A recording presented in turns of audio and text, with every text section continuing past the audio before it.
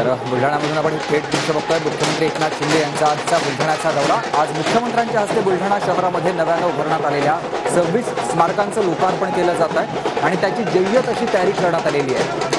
एकूणच महायुतीचे झेंडे देखील या संपूर्ण सभांमध्ये, या संपूर्ण परिसरामध्ये झेंडे आपल्याला फडकलेले पाहायला मिळतात। शक्ती प्रदर्शन केलं जातं। आगामी विधानसभा निवडणुकांच्या अनुषंगानं अत्यंत महत्त्वाचा हा मुख्यमंत्र्यांचा दौरा आहे। 26 स्मारकांचं, नव्यानं उभारलेल्या स्मारकांचं लोकार्पण मुख्यमंत्र्यांच्या हस्ते पार पडतं आणि या कार्यक्रमाला केंद्रीय मंत्री जाधव देखील उपस्थित आहेत। स्थानिक आमदार गायकवाड हे देखील मुख्यमंत्र्यांच्या सोबत या संपूर्ण दौऱ्यामध्ये उपस्थित असलेले पाहायला मिळतात। मुख्यमंत्र्यांच्या या दौऱ्यादरम्यान आज लाडकी बहीण योजनेचा देखील कार्यक्रम बुलढाण्यात आयोजित करण्यात आलेला आहे। या कार्यक्रमाला स्वतः उपमुख्यमंत्री देखील उपस्थित राहणार आहेत। 1:30 वाजता या कार्यक्रमाचं आयोजन करण्यात आलं आहे। तत्पूर्वी मुख्यमंत्र्यांचा हा बुलढाण्यातला लोकार्पणाचा हा सगळा कार्यक्रम आपण बघतोय। या कार्यक्रमामध्ये काही गोंधळ देखील झालेला आहे। माझे सहकारी दत्ता कानोटे अधिक माहिती देतात। लोकार्पण होणार आहे, महिलांना जाऊ द्या। आधुनिक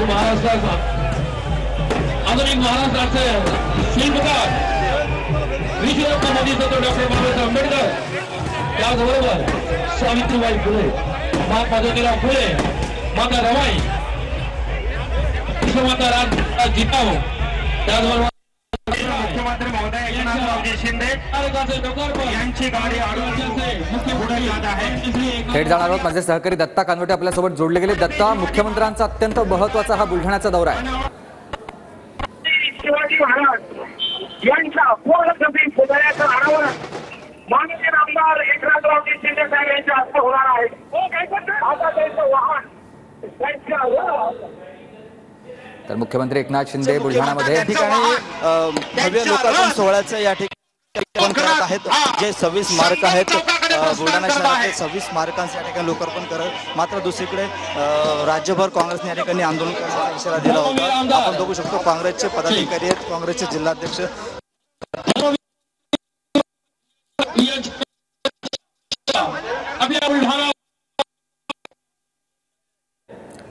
तर संजय गायकवाड यांच्या विरोधात काँग्रेसचे कार्यकर्ते आक्रमक झालेले आहेत। मुख्यमंत्र्यांना निवेदन देण्यासाठी या कार्यकर्त्यांकडून इथे आत येण्याचा प्रयत्न केला जातो, मात्र पोलिसांनी त्यांची अडवणूक केलेली आहे। दत्ता कनवटे माझे सहकारी आपल्याला याविषयी अधिक माहिती देतील। दत्ता,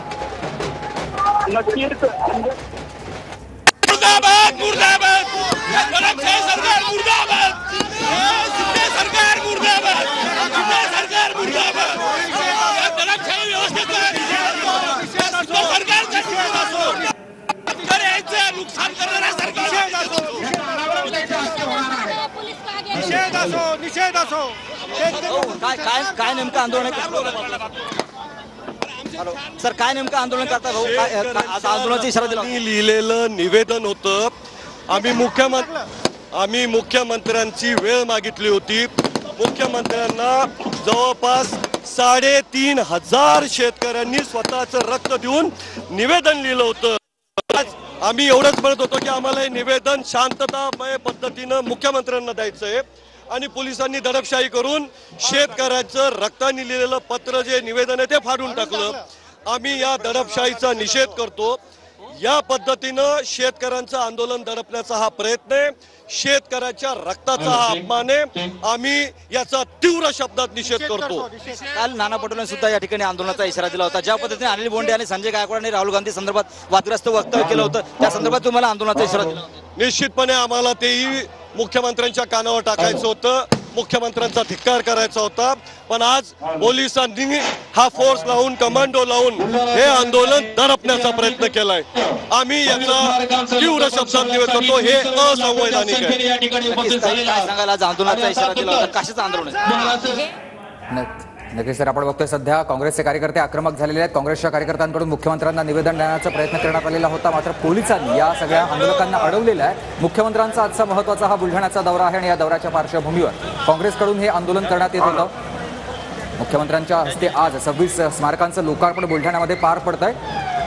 नव्यानं उभारण्यात आलेल्या स्मारकांचं लोकार्पण होत असतानाच मुख्यमंत्र्यांचं जंगी असं स्वागत देखील केलं जात आहे। मुख्यमंत्री आज बुलढाण्यामध्ये आहेत आणि 1:30 वाजता लाडकी बहीण योजनेच्या कार्यक्रमाचं देखील आयोजन करण्यात आलेलं आहे, ज्याच्यामध्ये स्वतः उपमुख्यमंत्री देखील सहभागी होणार आहेत। पण तत्पूर्वी या स्मारकांचं लोकार्पण मुख्यमंत्र्यांच्या हस्ते पार पडत आहे। संजय गायकवाड, त्याचबरोबर केंद्रीय मंत्री चिखलीकर हे देखील त्यांच्यासोबत उपस्थित असलेले पाहायला मिळतात। याच संपूर्ण दौऱ्यादरम्यान काँग्रेसच्या कार्यकर्त्यांकडून देखील मुख्यमंत्र्यांना शेतकऱ्यांसंदर्भातलं आणि दुसरं म्हणजे संजय गायकवाड यांच्या विरोधातलं एक निवेदन देण्याचा प्रयत्न करण्यात आलेला होता, मात्र पोलिसांनी या आंदोलकांना अडवलेलं आहे.